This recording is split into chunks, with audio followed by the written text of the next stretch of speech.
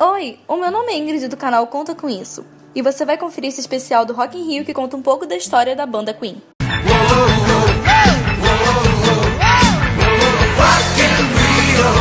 O Queen surgiu em 1968 como uma banda universitária, inicialmente chamada de Smile, e não é aquele emoji.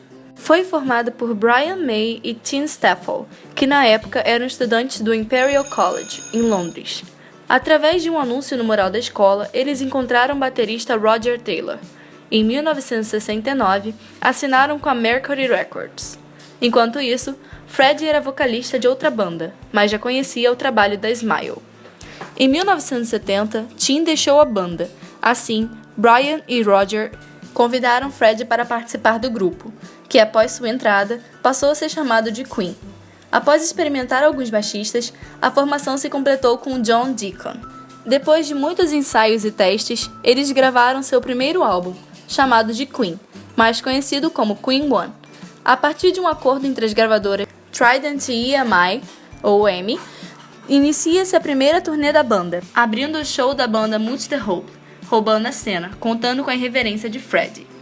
No lançamento do próximo disco, Queen 2, em março de 1974, conquistaram o 5º lugar entre os discos mais ouvidos, conseguindo assim partir para sua primeira turnê como atração principal. Infelizmente, Brian teve hepatite e a excursão teve que ser cancelada. O disco seguinte, Sheer Heart Attack, foi lançado em novembro de 1974 e se tornou um sucesso mundial. A turnê mundial que se seguiu teve de ser estendida, e a banda chegou a se apresentar em lugares diferentes em um mesmo dia. A consolidação do reconhecimento mundial chegou em 1975, com o LP A Night at the Opera.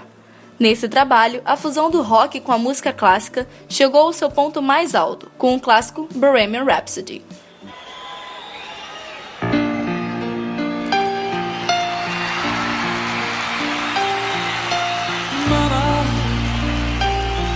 Just killed a man, put a gun against his head, pulled my trigger, now he's dead.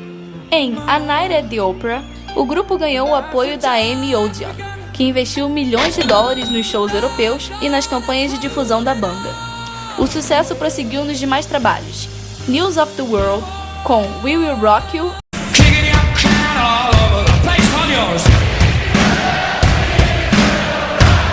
e We Are the Champions. I've had my share of sadness in my breast. I've got blue.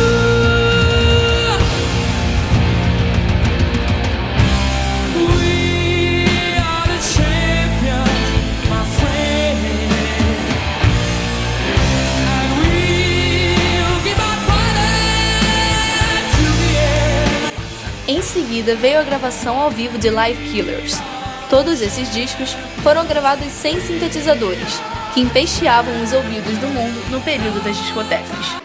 O Queen entrou na década de 80 usando instrumentos eletrônicos e um começo de flerte com um tipo de música mais pop. O álbum The Game, de 1980, traz Crazy Little Thing Called Love, homenageando o estilo Elvis Presley,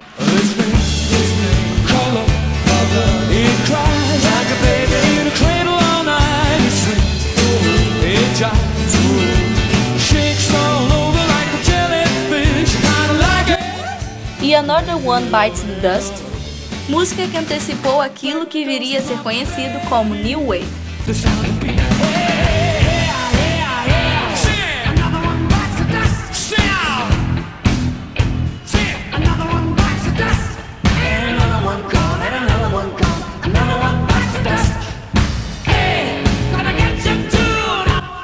O trabalho seguinte foi Flash Gordon, em dezembro do mesmo ano, que era uma trilha do filme de Dino De Laurentiis, baseado no personagem das histórias em quadrinhos de Alex Raymond.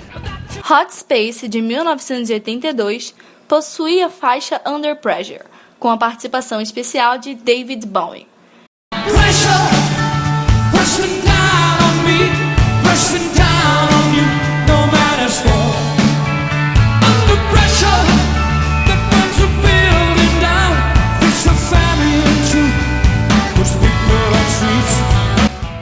Esse álbum liderou todas as paradas de discos do mundo, colocando nesta época o Queen dentro da categoria fenômeno, pois tinha vendido mais de 1 milhão de cópias de 8 de seus 10 discos.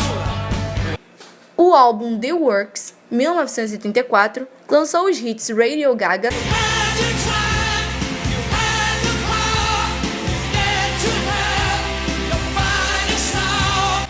e I Want to Break Free.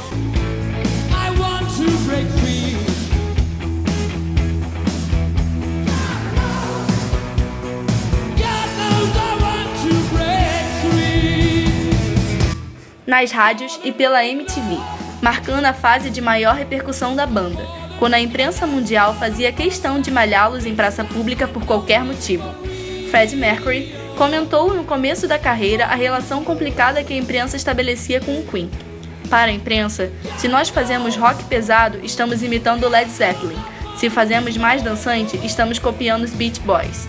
Quem pode levar esses caras a sério? Mas independente da imprensa, o sucesso continuou com A Kind of Magic, trilha sonora do filme Highlander.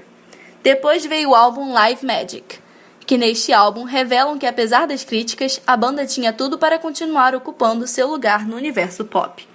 Em 1991, surge Innuendo, com a canção The Show Must Go On.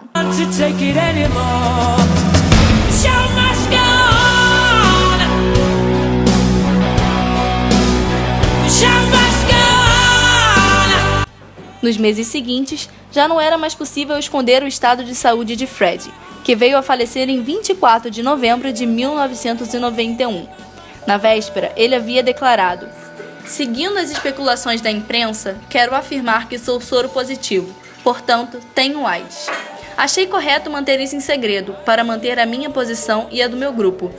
Espero contar com a colaboração de todos, e que meus médicos lutem contra essa terrível doença." Depois de anunciar que estava com AIDS, o líder do grupo Queen deixa uma das maiores fortunas da música e milhares de fãs por todo o mundo.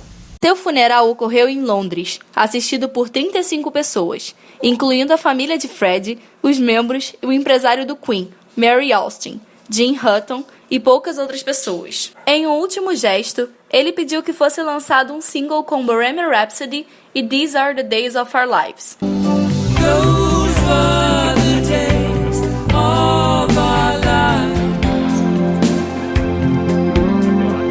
Bad things in life were so few. E que os lucros fossem revertidos para entidades de combates à AIDS. Made in Heaven foi lançado em 1995, com músicas inéditas da banda.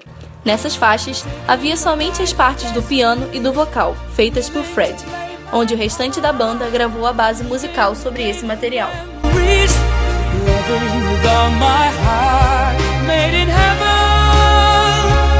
Em 1997, é lançada uma inédita, No One But You. A hand above the water,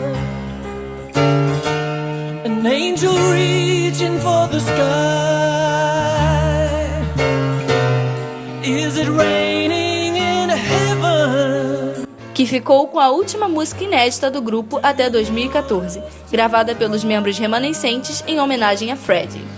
Em 2014, lançaram uma compilação da banda, chamada Queen Forever, com a última música inédita da banda, Let Me In Your Heart Again. Dreaming about your heart again. Yeah, your heart again. Let me in your heart again. A banda que foi a maior atração do primeiro Rock in Rio há 30 anos atrás com a música Love of My Life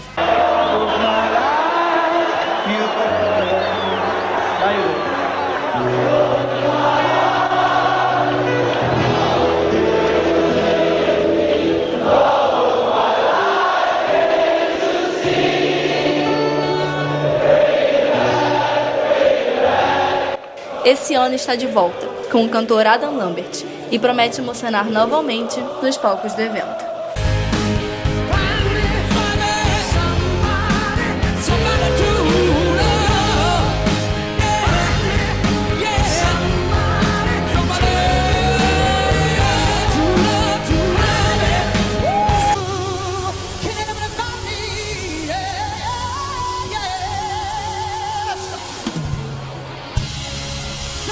Bom, esse foi o vídeo especial sobre a banda Queen. Se você gostou, clique em curtir, se inscreva no canal e não deixe de conferir os outros vídeos. Um beijo e até a próxima!